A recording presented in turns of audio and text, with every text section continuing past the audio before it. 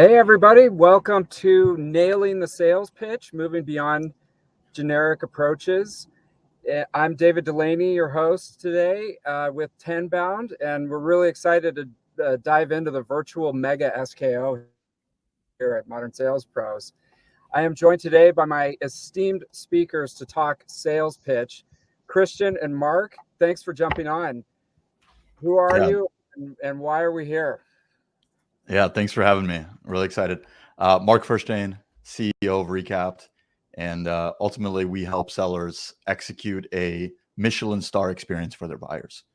And really, we do that by making it really easy for sellers to follow their sales process, but more importantly, adapt it to the needs of their buyers. And so, the sales pitch is something very core to us. So, very excited to talk through it.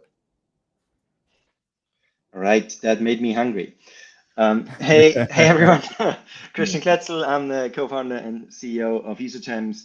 We are signal-based selling, so we track your champions, buyers, power users for job changes. Wherever your buyers are leaving from, there's a churn risk. Wherever they're going to is a sales opportunity.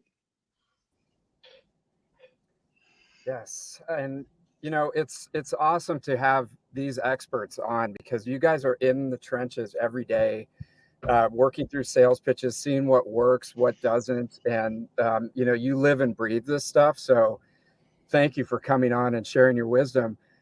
When we think about sales pitches and making unique narratives for the customer, one thing that comes up a lot is leveraging data for personalization and really making sure that the pitch, whether it's at the beginning or throughout the sales process, is personalized in that narrative.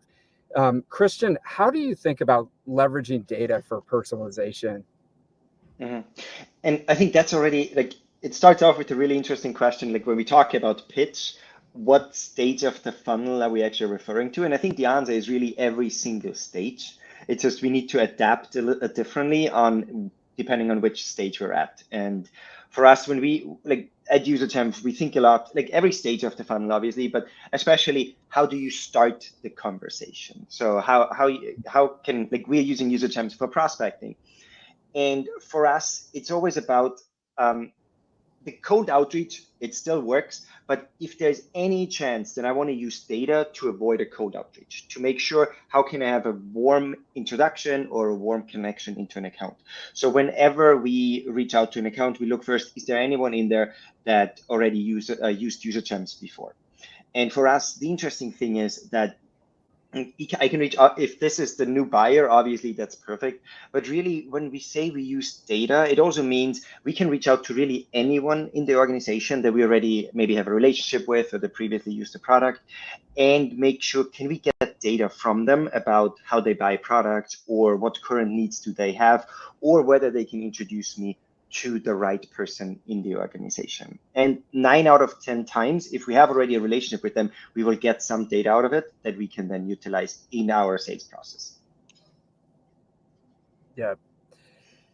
I mean, nowadays, if you're not leveraging data for this, then it's like, is cold calling even a thing anymore? I don't know. But I think it's really, so there's also this really interesting statistic of how many touch points you need for an opportunity. And I think previously it was 200 to 300 touch points. Now we're at, I think, 1,300 touch points for an opportunity. Wow. And that's just, and that explains why everyone's life is so much harder. And therefore, what we need to do is, what can we do in order to reduce those 1,300 touch points? And it just starts with data. It starts with connections. It's all right, which accounts are the ones I should reach out to? Anyone that shows intent. How clear can I be on my ICP or on my persona? Every single step along the way helps me reduce the 1,300 to something that is actually manageable. That's crazy. Okay, that's scary when you think about how much noise there is out there right now. And it's only going to get worse. Yeah, with AI. Yeah, sorry to cut you off. It's crazy. Yeah, and so you got to be able to personalize. And then, Mark, when you think about customer narratives and once you get the a potential prospect on the phone, how do you utilize customer narratives at Recap to personalize a sales pitch? Yeah, it's a great question. I think going back to what Christian mentioned earlier, which is such an excellent point, when people think about a sales pitch, it's not a one and done type thing, right?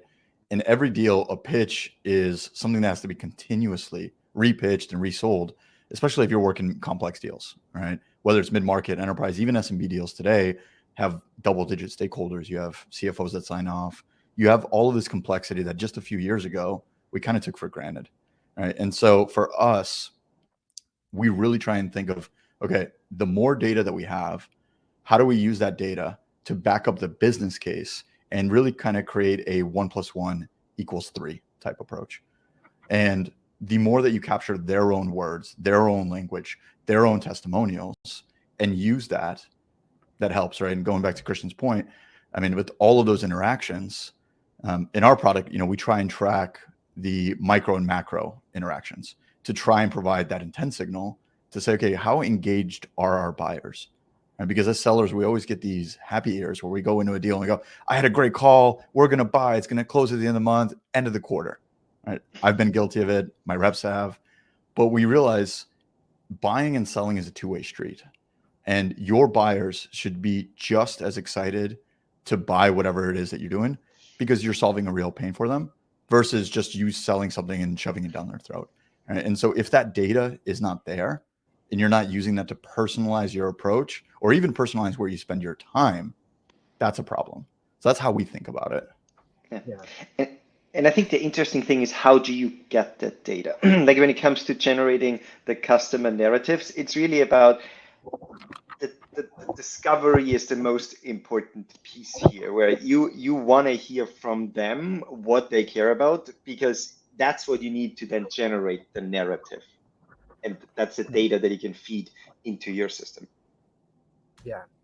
And just not to get sidetracked, but one thing, especially as the buyer groups keep growing, um, how do you equip someone who works at the company who's like a champion to be able to do a sales pitch on your behalf after you leave? Because you only have 5 minutes to talk to them, and then they work there all day. They have to go pitch it to somebody else.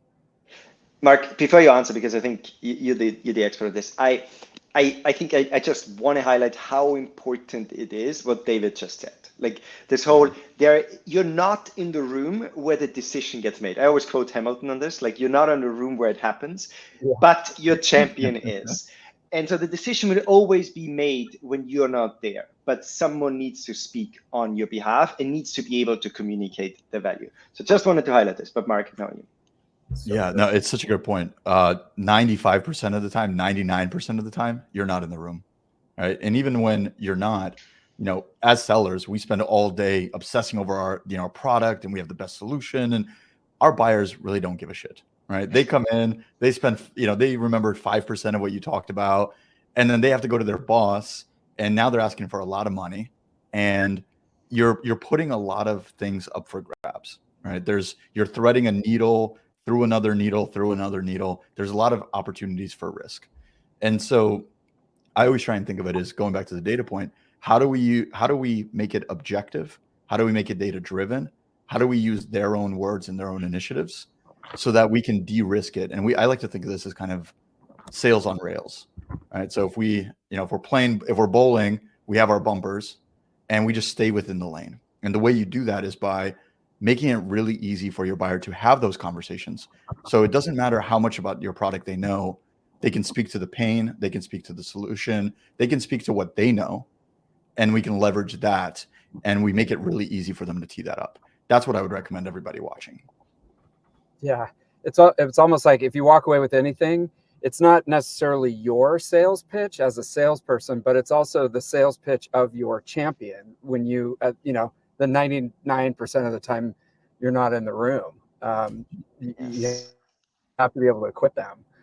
And, Christian, when you think about how you follow champions, throughout the world, like as they're going through their career, it's not only for prospecting though, it's also for within current accounts that you have and deals that you're working on, you've got to be able to know, who is your champion within the organization. How do you leverage that?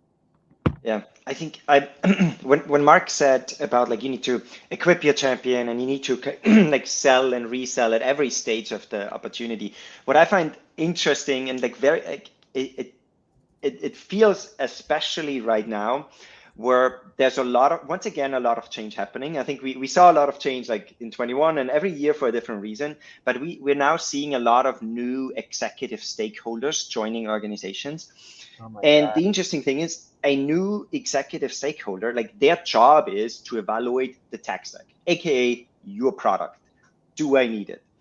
And so this means that we think that, hey, we need to like obviously sell our product in the sales process, and then they buy the product and then they keep the product. But the reality is we actually need to keep reselling every new stakeholder. Like, yes, it gets easier because now we have the data around how the product helped them, but they're coming in with preconceived notions around what they need and what they don't need. They might have already used your competitor, even worse.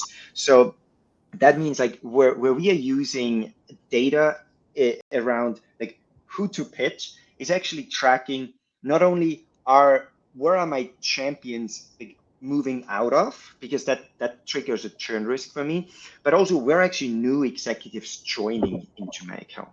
So for example, we have two motions for both of this, where if my champion is leaving, then this triggers a notification for the customer success manager. I want to go and I want to see, all right, who's the stakeholder? Is there a new person coming in that's going to be the new stakeholder? Am I working with the people I already know? Great, or not? But I think the more invisible risk is actually if there are new people joining that I don't have any connection with. Like this new VP of sales, the new CMO. There's this interesting statistic that says 70% of purchasing decisions are made in the first 100 days. And it's kind of like described as like if I come in, I mean, I want to make an impact immediately, but like the first month I'm listening, right? I'm talking. The second month I'm starting thinking, and the third month I'm making decisions. And if I, as a vendor in that organization, I haven't talked to that person by the third month, then they're making the decision without my input. And that's absolutely what I want to avoid. So I think, Mark, this is like, for us, we're tracking the people that need the education, but I think that's where like you continuously keep the data to use like in how to pitch that organization, and that doesn't stop when the purchase is done. Big time. And Mark, it makes me think like there's been a few deals over the last few months where all of a sudden at the very end, the CFO is on the call. And you're just like, holy I don't know if I can swear on this, but It's your world, David. yeah, okay. You guys know what I'm going to say, but you're kind of, if you're not a good salesperson, you're kind of blindsided. And so I don't know what my question was, but it's like if you're tracking what's going on inside the account, you kind of know whether people have been in the digital sales room, your champion, but then all of a sudden this new player comes out of nowhere right at the end. Uh, what's our sales pitch? What should we do? Yeah, it's such a good point. Like we always have an overview of kind of like the org chart that's involved in the purchase, because we know who's involved, but at the same time, we also know who hasn't been involved yet. And they're either coming in later, as you say, like you will get in touch with the CFO, whether you want it or not, at the end of an expensive purchase. Or maybe they're already in the background. So you need to know who are you communicating with directly and indirectly. And so therefore what we are doing is we're always generating the list. All right, here's the org chart of like the seniority, in our case, like sales, marketing, operations that we're in touch with. What are the levels of people that we're in touch with? When we're providing information, we also track, like, have we met with senior people? Because it also tells us how serious is that deal actually. But then, as David says, there's also this the additional like players in the game, and for us, that's very much the CFO procurement. If we have not been in touch with them, we need to expect that they come in, and I think it's immature to like. So often we make the mistake of like sending a quote, and then suddenly the new player comes in and says, all right, I need 30% off of that. Well, it's so funny. It actually, what you just said, Christian, reminds me of a recent deal that we just closed. So, large enterprise, all right, very political. We've completely shifted our go-to-market over the past year to really be bottoms up, AE driven. So, for example, we got penetration in this account. Just a couple account executives started paying for it out of pocket, ended up growing organically. We had 15, 20 or so using it. And that got the attention of the CFO and the CRO, right? They're like, we don't expect our reps to ever pay out of pocket for anything. So like, we need to have a conversation. This isn't approved. This is shadow IT. We need to figure out what's going on. And so because we knew the organization, we knew that they like to buy with a very internal focused kind of consensus build. So we started really building that business case from day one. So we sat down with every one of the AEs. There was like 20 different interviews. We recorded the Zoom. We clipped those up. We put together a business case because end users ultimately can have a lot of really great data, but they need a little bit of help of translating that to what does the C-suite actually care about and what are the strategic initiatives. Right? Very few tools are being bought today because reps are like, I want this and it's going to make my life easier. Right. Well, that's not what we pay you for. We need you to go and do your job, regardless if it's easy or rough. Right. Unfortunately, that's the mentality. But so for us, I always try and think of how do we make the pitch so undeniably good that it can't be ignored. And so, for example, this one deal this kind of brought to mind. We literally had 45 or 50 different snippets of testimonials from the reps, and we put it all in the digital sales room. And when the CFO started looking at that, it's easy to ignore one or two testimonials. It's a lot harder to ignore when you scroll and you scroll and you scroll and it's still there. And so when you use that plus the data plus the ROI, that ended up being a much easier conversation. But yeah, just thought I'd share that. That's pretty amazing. I mean, and the world has changed so much just in the last, 6 months to a year. I don't want to speak for anybody, but I think we all got kind of fat and happy there for a while in the tech industry, and it's a lot harder now. And it's like just a few years ago, you didn't have any real visibility into what was going on after the sales pitch, and now you guys are developing the ability to be able to, really be able to adapt to the new world that we're in right now. The question I have is, balancing automation and sales technology with a human touch, and it's like, at some point, is it out of balance? Like there's so much technology that we kind of lose that human touch in the pitch. I think I have a really I have a strong opinion on this. I think I also have a strong opinion on how it will be better.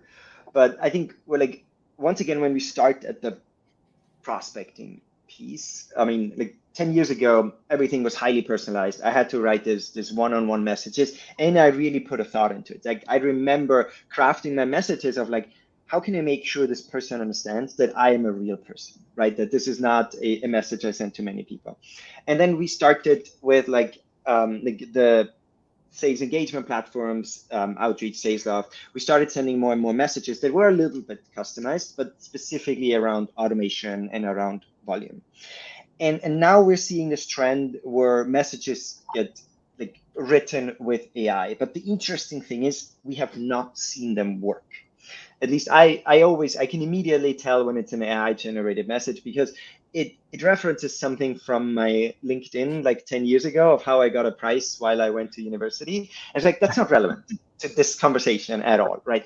And I think the issue here is that they're always focused, AI messages so far, we're always focused on the who and only the who. So why, who am I sending this to Christian? Christian got this prize. Where it will make a whole lot of difference is when we combine the who and the why. So more and more we need to look into the signals of why am I reaching out to Christian? What is Christian's need right now? Or why is he now the person I'm messaging? And then I combine it with who Christian is, like the CEO of User Champs, therefore the needs are the following. And if we can use this, then what we can actually do is creating highly personalized messages at scale. And I think this will be then actually where we can use AI really for valuable outreach. Yeah, it's It's so funny that you mentioned the college. I think even this morning I got like 2 or 3 emails that literally reference like, "Oh, you went to UNC Greensboro, and I really love the cafeteria there." And I was like, "I haven't set foot in that cafeteria for 15 years. What does this have to do with your lead generation platform, right? Or outsourced engineers, right? It's always one of those two." But I love what you said, right? I think for me, it always comes back to you can't really automate what humans can't do well. All right. And so I think the automation is the last step only after you've mastered everything else. Right. And I think because to really automate something, you need to understand the problem and the solution. Right. And I think the best sellers are human centric and they kind of really iterate and focus on that aspect. And AI just comes in and tries to do the last step without the understanding the why, right? Like Christian Yeah, said. yeah, yeah. And I think what AI has done a really good job of is kind of raising the bottom floor of what like average performance looks like. So before, if you could get by with 30 or 40%, now you can't because AI is going to come in and do 70%. And I think Yeah. so. If I was a seller right now, I would really focus on, first off, really perfecting my process and kind of try to outperform the average because then, first off, you're not at risk. But second off, you can then leverage AI to help you exceed even further. There's this. So I had a new SDR start, and they asked me like, what is the best advice I would give them for their role at UserChamps. And I realized that the advice is actually the same I would give pretty much everyone that starts at our at UserChamps or anywhere. And it's empathy. Like as you said, it's this human focused selling, and that really applies to everyone. Like really understand what the other person cares about, and that is like that applies to the product manager, to the marketing manager, to the salesperson. I told them like in our case, it's actually really easy because we are selling to sales and marketing. So we are actually understanding what these people care about. So if you really want to understand what your buyer cares about, go to a VP of marketing or to a head of sales and understand what is their issue, because it's so often so very different what you think their issue is. And this empathy piece is, I think, actually what then like what AI is not good at, what differentiates humans from AI, but was actually so much harder than we think, because we always think we know what the other person cares about. But as soon as we talk to them, we realize that actually we didn't know at all. Yeah. Well, Yeah, it's interesting. Yeah. Go ahead. No, thank you. One thing that kind of came to mind as you were talking about that is I think ultimately, and this is kind of how I always try and think of my sales pitch, right? So Christian, what you just said is so valuable. It's in the end, nobody gives a damn about you, your company, or your product. Right. That So like, sucks. to build, right. To build on your point, yes, like we want to learn about what the VP of sales, but that VP of sales doesn't care about your product. They care about solving their problems. They care Exactly. about looking good in front of their peers, the promotion, the extra money that they're going to get. Right. So at the end of the day, we're just all people talking to people. And that's the one thing that AI can't do today. Maybe that'll change. Who knows at this rate? But I think it's really just remembering. First off, it's not about you. It is what do my customers care about? And can I instill trust in them that I've helped people like them multiple times over? I know what the hell I'm doing. I'm an expert. And ultimately, I think it really just comes down to trust. Simple as that. Yeah, and it's amazing to have these tools at our disposal, because what I'm thinking back, I go back like 20 years, and what you guys are describing is the best salespeople, like the top tier, 5%. They always had a great Rolodex. I don't know if anybody knows what that means, but they knew where all the champions were, and they were really good at mapping out and doing account strategy. And they were very empathetic. They put themselves into the shoes of the people that they were helping, and they really understood the customer's pain points. And it's like now somebody just getting into sales, has the ability, if they leverage these tools, to be able to go to that level of salesperson. So it's amazing. Continuous improvement. How do we continually refine the sales pitch and get even better than what you guys are describing? Yeah, I can jump in. because this is so top of mind for us, right? We're a seed stage startup. We'll be gearing up for our Series A soon, but so much of it is the constant iteration of the pitch, right? Like for us, one of the things that we learned is that just because you identify product market fit doesn't mean you have it forever, right? It doesn't mean that the market doesn't change. And I think we've probably all been impacted by this. So we were one of the first mutual action plan and digital sales room platforms, 6 years ago. And we were talking about how the world is shifting from seller enablement to buyer enablement 6 years ago, but nobody cared. People are like, that's stupid. Why do I need to collaborate with people? They're sitting next to me in this brand new office that we have. All right. This was 2019. Things change. I think the last kind of like 4 years has really tested every company on their ability to improve and really adapt. Right? I mean, it feels like we're getting thrown a curveball every 6 months here, from AI to inflation rates to everything else. But what we found for us that's really, really helped is in order to survive and kind of thrive, you have to stay really close to your customers and your prospects. And every layer that gets between that is a potential, it's a deal killer. It's a company killer, in my opinion. Right. And so like what you provide may be really valuable, but if it's not valuable at the current time, then it's meaningless, which goes back to everything that Christian's saying, right? Those first 100 days, that's what matters. Right? And so like we try and spend a lot of time listening to our customers and speaking with thought leaders and, literally just like learning. Right? And for me, I'm so lucky that I get to just talk to CROs and VPs of sales every day. They're in new industries, they're selling products. I am constantly having to iterate and learn. And like for us, like, I don't know if that answers your question, but that's how we think about it. I think based on what you said, like the one thing that we started doing like 3-4 quarters ago that I think make a huge difference are actually win-loss interviews. Like I thought, all right, we actually get the information of why we're losing, we get the information on why we're winning. But if you can get this information like in a structured way by an interviewer who knows what they're doing, like even like I think you can get this with internal role. I think external you get even more the harsher truth. But for us, that actually like what basically that's the one strategy where I say like how can you continuously improve is by actually getting the real truth about like your customers and why you lost or won.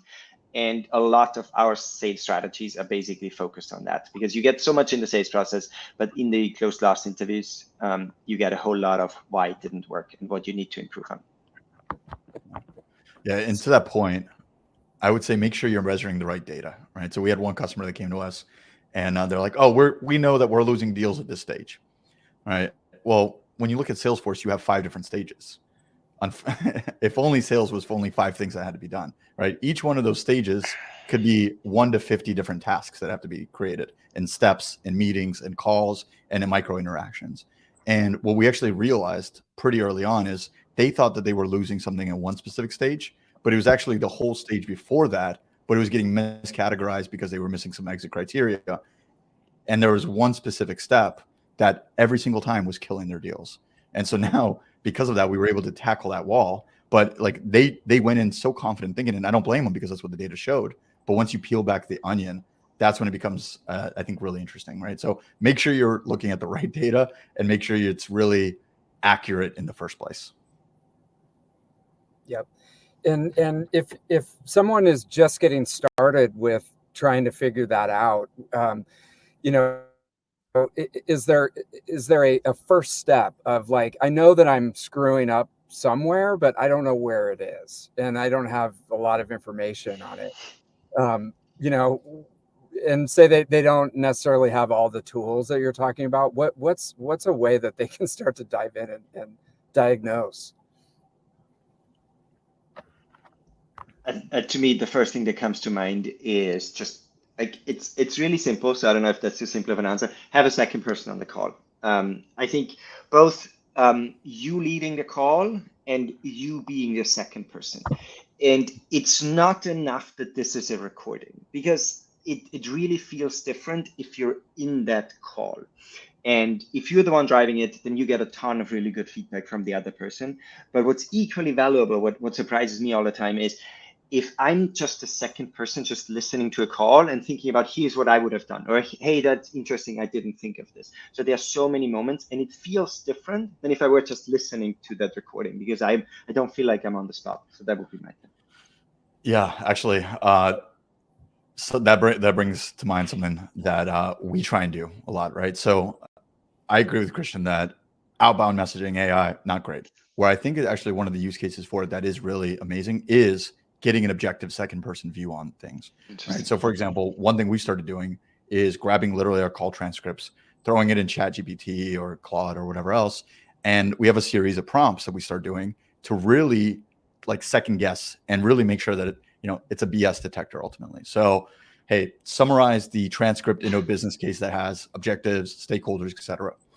What does each stakeholder care about? What were the categories of their questions? Were they mostly asking product, pricing, adoption, right? Because it's really hard in the meeting to like figure out what's actually going on and what they care about. And then you realize, wow, 7 out of the 10 questions they asked about was about adoption. So that means on the next call, I actually really need to address the elephant in the room. That is, hey, they're afraid of adoption, right?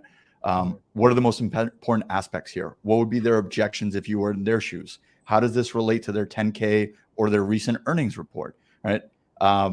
And all of that really kind of helps like paint a picture.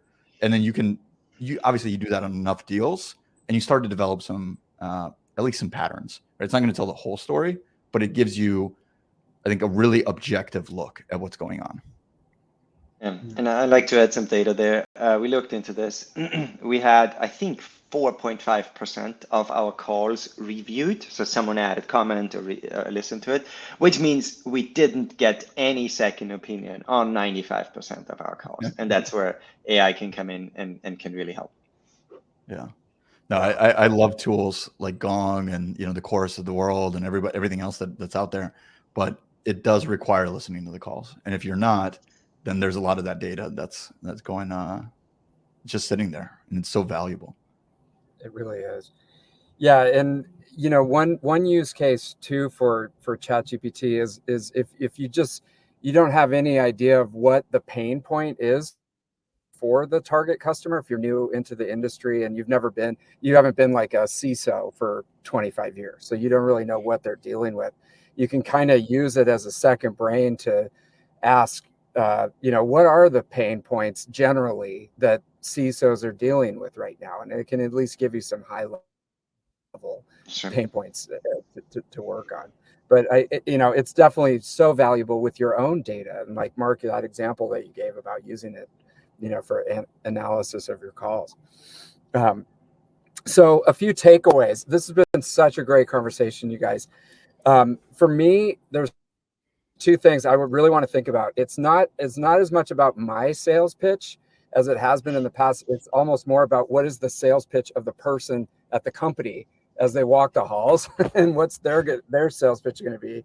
And then really, Christian, understanding the org chart and keeping an eye on that and making sure that you're not getting blindsided at the last, at the 1 yard line by somebody who you don't even know and then suddenly on the call completely derailing you.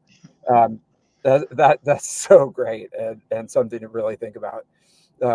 What else? Parting thoughts, when we think about sales pitches, what will you guys take away from this? I think I always come back to, and that's also very cliche, but be human. I think the more we have AI, the more it matters that you're human. Like we already tried, like in my messages, like when I started selling like 10 years ago, like how can I be human? How can it come through that I'm human? And I think the more we use AI, the more this will matter. And being human means totally understanding what's going on with the other person. So being human actually means empathy. Yep. Yeah, I love that. Right. And again, like at the end of the day, we're all people. And I mean, for me, I think if we really like empathize with our situation right now as sellers, right? I think how you sell is just as important as what you sell. This is a really, really, really difficult environment to sell in. Right? We all know this. There's a million curveballs thrown at you, but I also think there's a million different things that you can't control. You can't control the market. You can't control your competitors. You can't really control your product in a lot of cases. The one thing you can control every time is the experience you provide your buyers. Right? And so we try and focus like every interaction needs to provide value because every interaction is an impression, it's an experience, it's really a representation of the brand that you stand for. And the best way you do that is by making it really easy, right? The best NBA players, NHL players, who you name it, they nailed the fundamentals, right? 80% of sales, in my opinion, if not more, is the science. It's not the art. It's the dribbling, it's the skating, it's the swimming, right? And once you master that and you have execution excellence, ultimately, you can then focus on the art. But I think the science gets you 80, 90% of the way there. And when you deliver that consistent experience, that's what wows buyers, right? And so for me, the way I try and engage all of our interactions is this interaction so good that they would pay money for it? And if it's not, you're probably not delivering value and you need to rethink it or completely cut it from your buyer experience.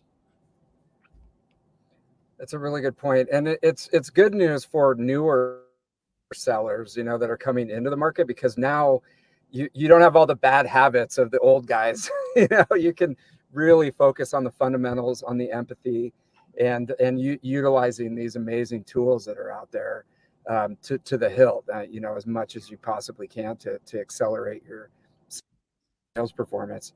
So, well, you guys, we definitely delivered the mega SKO here. Thank you so much for all the tips, all the advice. Good job, Mark. Good job, Christian. And, you know, thanks a lot. And thanks to the MSP community for tuning into this. It's a great community, and we'll see you on the Google group and at the rest of the SKO today. Thank you, everybody. Really appreciate Awesome. it. Thanks for Great to spending be time here. with us. Great to chat, David and Mark. Yeah, you too, guys.